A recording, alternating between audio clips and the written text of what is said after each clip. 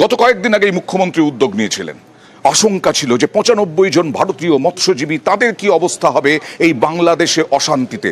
কিন্তু না, এবার সেই উদ্যোগ সফল হতে চলেছে। ভারতীয় মৎস্যজীবীরা, এই বাংলার ভারতীয় মৎস্যজীবীরা তারা ছাড়া পাচ্ছেন, মুক্তি পাচ্ছেন। কয়েক দিনের মধ্যেই এ রাজ্যে ফিরবেন, বাড়িতে ফিরবেন তারা।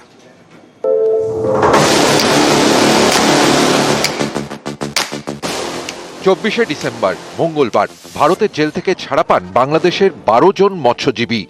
এবার বাংলাদেশ থেকে ছাড়া পাচ্ছেন ৯৫ জন ভারতীয় মৎস্যজীবী, প্রত্যেকেই কাকদ্বীপের।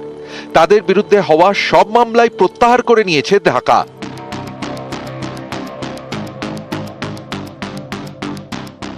খুব আতঙ্কিত ছিলাম, বাংলাদেশে যেহেতু ধরা খাইছে। তো এখন আমি সবার থেকে শুনতেছি যে আমার স্বামীর এখন ছাড়া পেয়ে যাচ্ছে।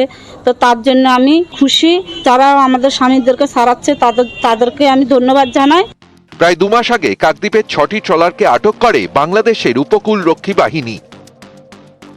অভিযোগ, মাছ ধরতে গিয়ে ট্রলারগুলি বাংলাদেশে ঢুকে পড়েছিল। এই ৯৫ জন ভারতীয় মৎস্যজীবীকে ফেরাতে রাজ্যের তরফে কেন্দ্রকে চিঠি দেওয়া হয়। অবশেষে তারা মুক্তি পেতে চলেছেন। তাদের জন্য দিন গুনছে কাকদ্বীপ। বাংলাদেশের স্বরাষ্ট্র দপ্তর আমাদের ৯৫ জন ফিশারম্যান এবং যে ৬টি ট্রলার আছে তাকে মুক্ত করে দিচ্ছে এবং খুব শীঘ্রই ২ দেশ থেকে একটা জায়গায় নিয়ে গিয়ে বন্দি বিনিময় করা হবে। ভালো লাগছে, ভাবিনি যে এত তাড়াতাড়ি ছেড়ে দেবে। মমতাদিকে ধন্যবাদ জানাচ্ছি, ওনার কাছে অনেক কৃতজ্ঞ আমরা। মাস ৩ আগে জল সীমান্ত পেরিয়ে ভারতে ঢুকে পড়েন বাংলাদেশের মৎস্যজীবীরা।